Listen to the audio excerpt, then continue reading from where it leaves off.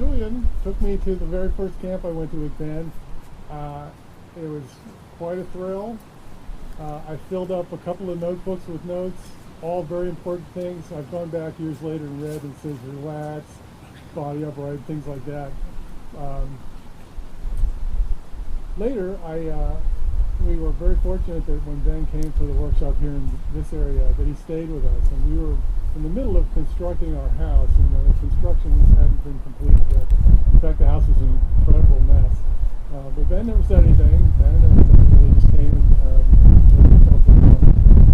We went to the workshop, did all those standing postures and all form and even some push hands. And then we came home, and Ben sat in the chair, and I sat in the chair.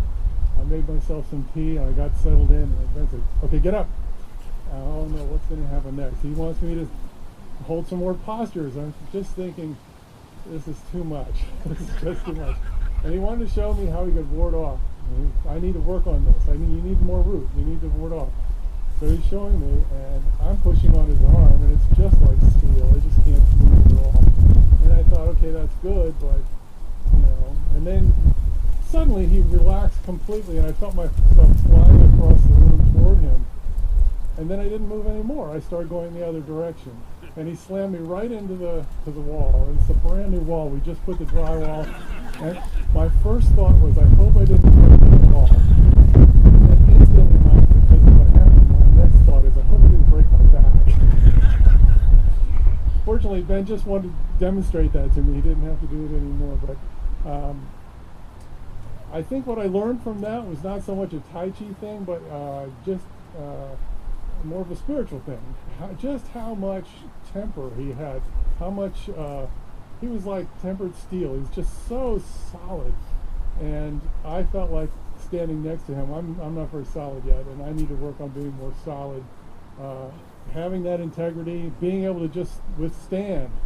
I think the training he got from his own teacher was just learning how to withstand a tremendous amount of suffering and hardship to get somewhere.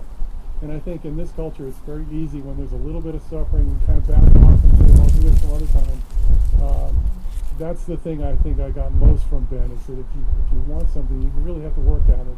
That's what Kung Fu is, right? So there's one more little story I want to tell, and that's that years ago when we knew Ben was coming to town, and we knew he might come to the park, so we came early to the park.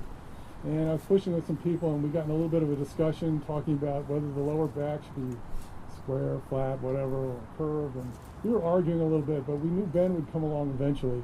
And Ben showed up, and there's a big crowd around Ben, and we just couldn't get Ben's attention.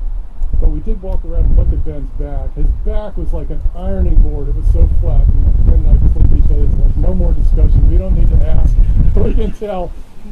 Back should be nice and flat. So that's all I have to say. But thank you all for coming.